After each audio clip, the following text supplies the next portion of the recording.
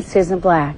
In this episode of Joseph, my colleagues from Brigham Young University, along with scholars from the Church of Jesus Christ of Latter-day Saints, will continue to explore the life of the prophet Joseph Smith.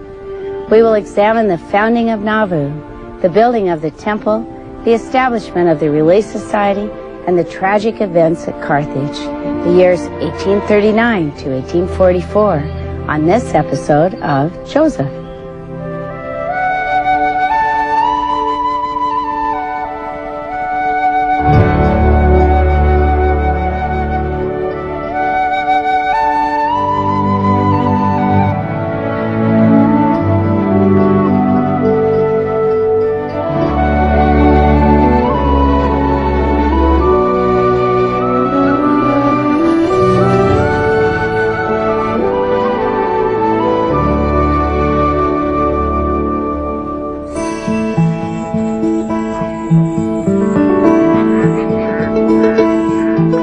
Having been expelled from the state of Missouri, the Saints found refuge across the Mississippi River in Quincy, Illinois.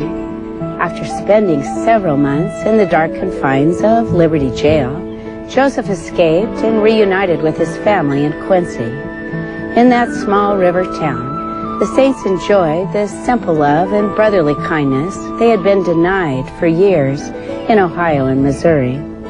But for Joseph, his desire was to build a city, a gathering place for the saints, a light unto the world. In the summer of 1839, after negotiating to purchase property near the Mississippi River in Illinois and Iowa, Joseph and the saints began the difficult process of building a city unto God.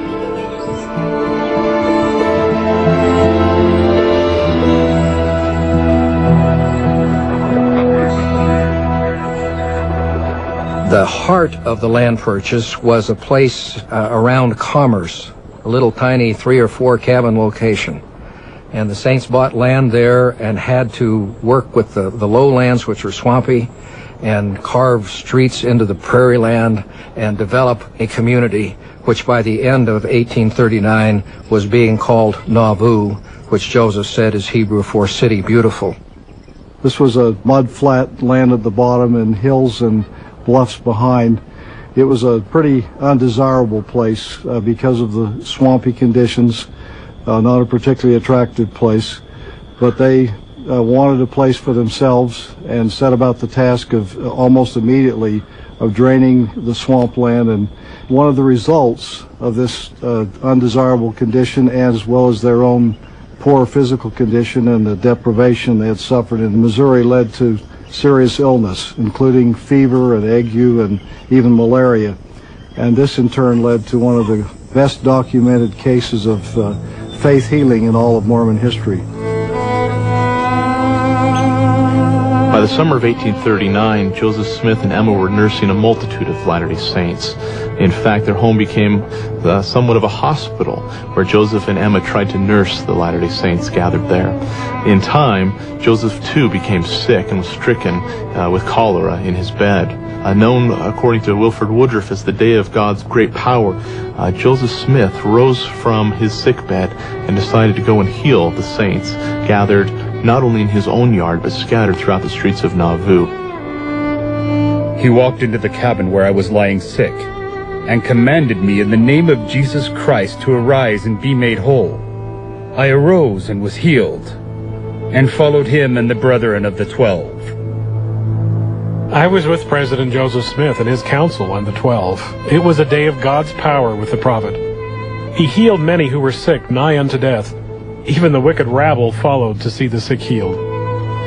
As Joseph was about to cross the river, a man came to him and asked him if he would go about 3 miles and heal 2 of his small children, who were twins, about 3 months old, and were sick nigh unto death. He was a man of the world. He had never heard a sermon preached by a Latter-day Saint. Joseph said he could not go, but he would send a man.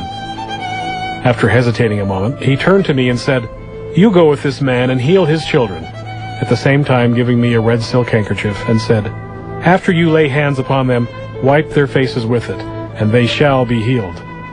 And as long as you will keep that handkerchief, it shall ever remain as a league between you and me." I went and did as I was commanded, and the children were healed.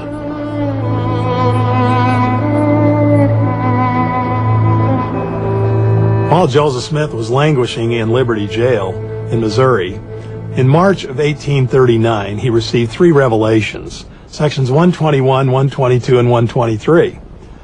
We always note sections 121 and 122 because they're so beautiful and poetic and poignant.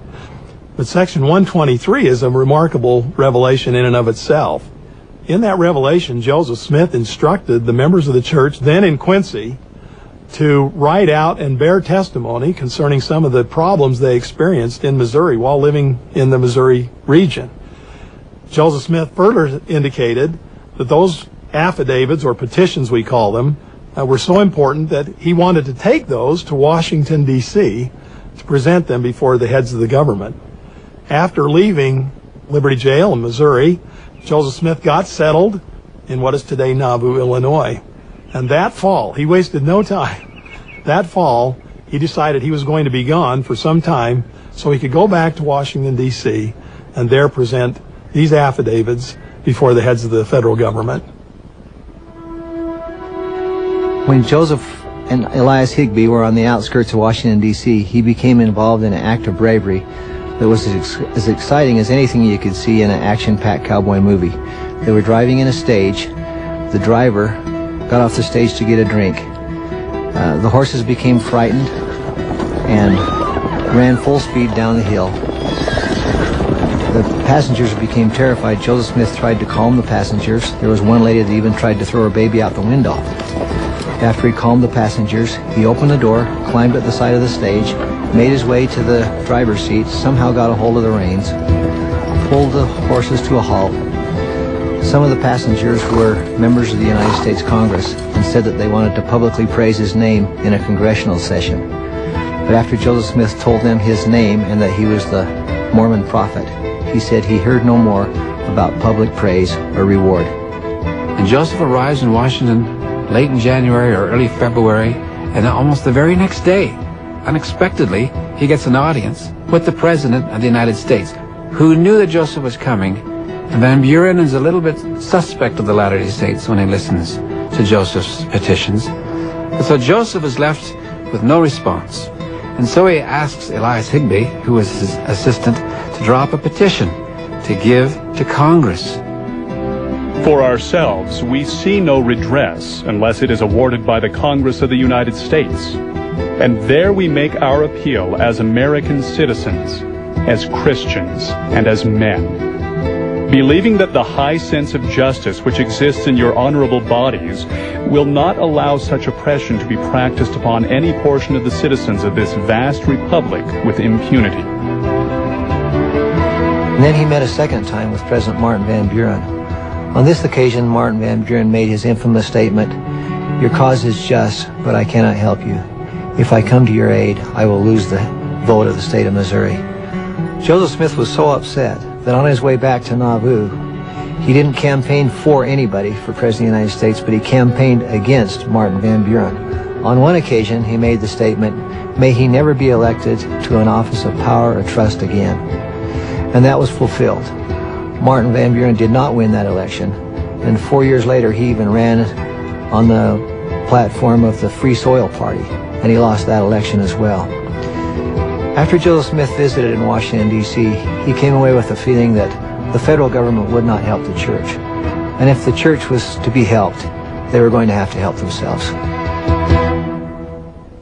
Failing to gain redress from the federal government, Joseph turned his efforts to building a community on the Mississippi River. The city of Nauvoo was remarkable in its time. Through hard work, Latter-day Saints transformed the mosquito-infested swampland into a beautiful place that became one of the largest cities in Illinois, rivaling even Chicago in size. With the establishment of Nauvoo, the Latter-day Saints had a home and new converts had a place to gather. People who were religious refugees, people from England who were new immigrants, arrived with their skills